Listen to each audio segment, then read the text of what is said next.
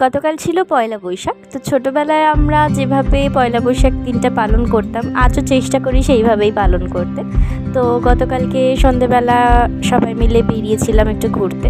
তো গিয়ে প্রথমে বসেছিলাম একটু মাঠে। তো সেখানে আমাদের মতো এমন অনেক পরিবারই বসেছিল, নিজেদের মতো সময় কাটানো, গল্প করা, আড্ডা মারা।